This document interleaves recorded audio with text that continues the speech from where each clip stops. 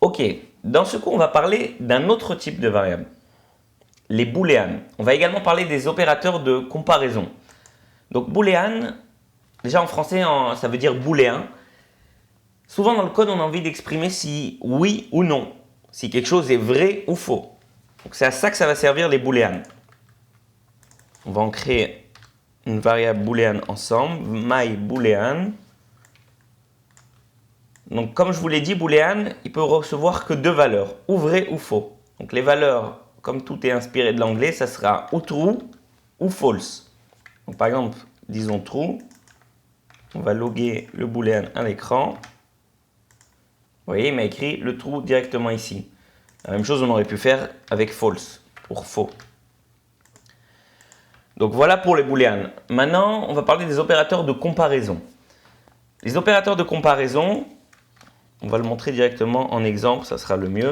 Si par exemple, je crée une variable x et je lui donne la valeur 5.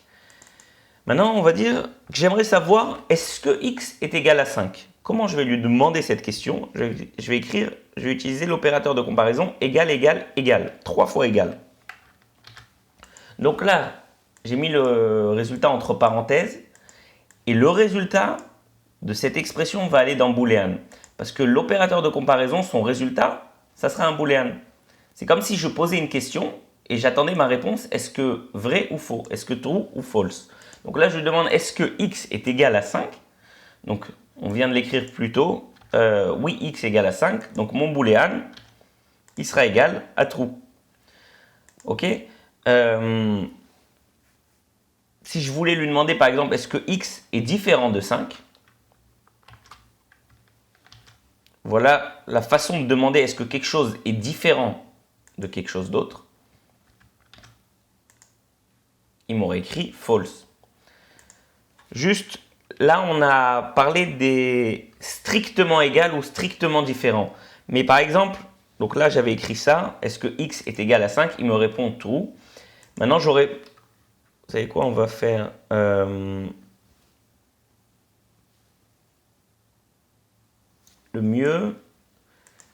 Je sais ce qu'on va faire. Je vais lui demander est-ce que x est égal à 5? Mais pas 5 le nombre. 5 la string. Ok, vous voyez que x c'était un nombre. Et là tout d'un coup je lui demande est-ce que x est égal à 5 mais en format string. Donc il me répond bien sûr non.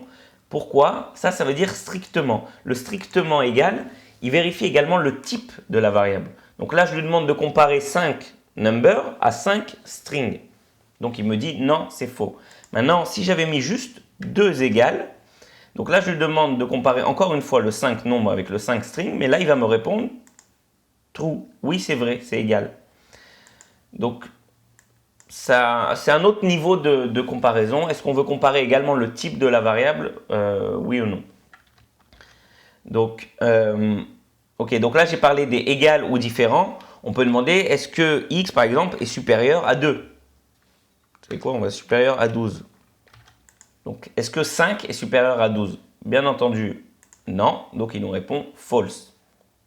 Ok, vous avez bien compris que j'ai mon expression dans laquelle j'ai une comparaison et le résultat de cette expression est un booléen qui va être stocké dans ma variable booléen que ensuite je log à l'écran.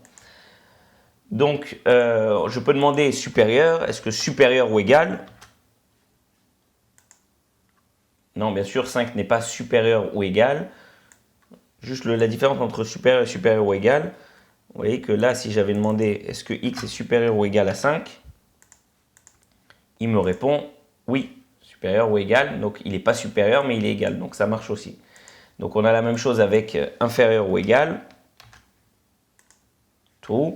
Mais si je mettais juste inférieur, strictement inférieur, il me répond false.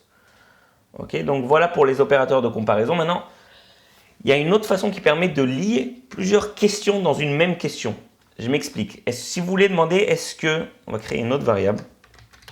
On va appeler y. On va lui donner le nombre 12. Maintenant, je veux savoir, est-ce que x, il est supérieur à 3 et y, est inférieur à 15. C'est-à-dire que là, je veux savoir deux choses. Ce et, il permet de dire, en gros, le et, il donne true. Il va dire oui, c'est vrai, si les deux parties sont vraies. Il suffit qu'une des parties soit fausse pour qu'il réponde non, toute l'expression est fausse. Donc là, en l'occurrence, oui, x, il est égal à 5, donc il est bien supérieur à 3. Et y, il est inférieur à 15 puisqu'il est égal à 12. Donc il va nous répondre true. Maintenant, si je lui demandais est-ce que x est supérieur à 3, oui, x il est bien supérieur à 3, et que je lui demande si y est inférieur à 10. Ça c'est faux, y il est égal à 12, donc il n'est pas inférieur à 10. Donc qu'est-ce qu'il va me répondre? Sur toute l'expression, il va me répondre false. Donc encore une fois, le et, pour qu'il soit vrai, les deux parties doivent être vraies. Il suffit qu'une des parties soit fausse pour que le tout soit faux. Donc bien entendu, si les deux parties sont fausses, le tout est également faux. Maintenant, si vous voulez demander est-ce que quelque chose est vrai ou quelque chose, parce qu'on peut demander et quelque chose, mais on peut demander également ou quelque chose. Comment on va écrire le ou? On va mettre deux barres verticales. Donc en général, ça se trouve sur votre clavier au-dessus de entrée. Vous en mettez deux comme ça. Donc là, qu'est-ce que je lui ai demandé? Je lui ai demandé est-ce que x est supérieur à 3 ou y est inférieur à 10. Donc là, il y a ça qui est vrai et ça qui est faux. Donc qu'est-ce qu'il va me répondre? Vrai. Pourquoi? Il suffit qu'il y en ait une des parties qui soit vraie pour que toute cette expression devienne vraie. Donc, le et, il suffit qu'une des parties soit fausse pour que toute l'expression soit fausse. Et le ou, qui est écrit comme ça, le or en anglais, il suffit qu'une des parties soit fausse pour que une des parties soit vraie, pardon, pour que toute l'expression soit vraie. Ok? Donc, je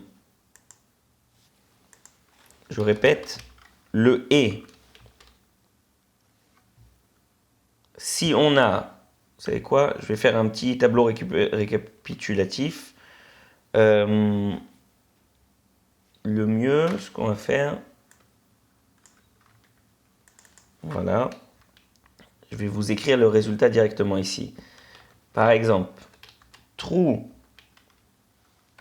et true, c'est égal à true. Alors, on va voir toutes les valeurs ensemble, toutes les valeurs possibles. Ok. Donc là, on va s'arrêter là pour le et. Et là, on va vérifier le or. And en anglais et or aussi en anglais.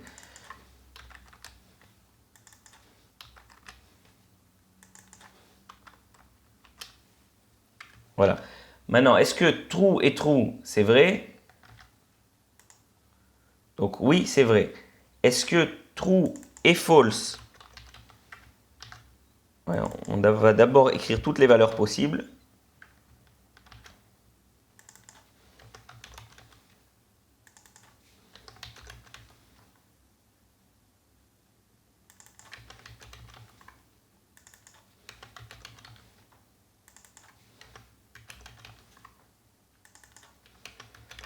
Voilà. Ok, alors passons sur chacune des lignes. Est-ce que true et false, c'est vrai? Non, c'est faux. Parce qu'il suffit qu'il y ait un false pour que toute l'expression soit false. Est-ce que false est true pour la même raison? Non, c'est false. Est-ce que false est false, c'est vrai? Non, c'est false. Est-ce que true est true, c'est vrai? Oui. Est-ce que true ou true est vrai? Oui. Est-ce que true ou false est vrai?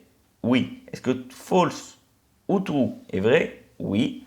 Est-ce que false ou false est vrai? False. Donc là, vous avez vu toutes les combinaisons possibles sur ces deux opérateurs. En fait, il y en a aussi également un autre dont j'aimerais parler avec vous. C'est le not.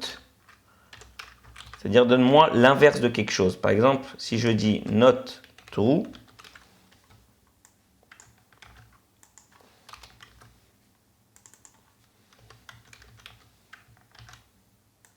on va se faire des lignes de séparation pour bien comprendre quoi est quoi. Console log.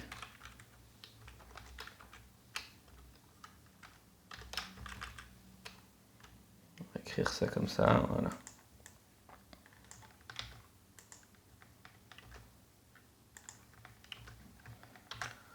Ok. Je rafraîchis la page.